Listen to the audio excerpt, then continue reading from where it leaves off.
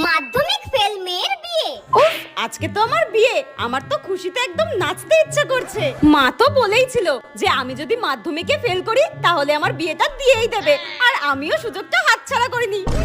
আমি মনে হয় পৃথিবীর একমাত্র মেয়ে যে কোনো সরকারি চাকরিওয়ালা ছেলের সঙ্গে বিয়ে করতে চাই না। বিয়ের পর যদি আমাকে আমব্রেলা বানান, সাইকোলজি বানান জিজ্ঞাসা করতো, আমার তো তখন দাঁত খুলে হাতে চলে আসতো। হ্যাঁ, এক মিনিট, বিয়ের পর যদি আমার কপালে একটা কুচুটে শাশুড়ি জুটে যায় আর সারাক্ষণ আমাকে অত্যাচার করতে থাকে, ভোর 5টার সময় যদি আমাকে ঘুম থেকে তুলে দিয়ে বলে রান্না করো, বাসন মাজো, ঘর মোছো, তখন আমি কি করব?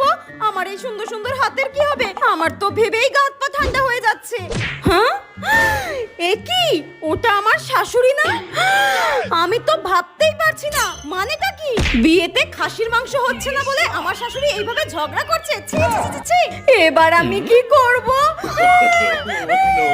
আমি বিয়ে করব না, আমি বিয়ে করব না,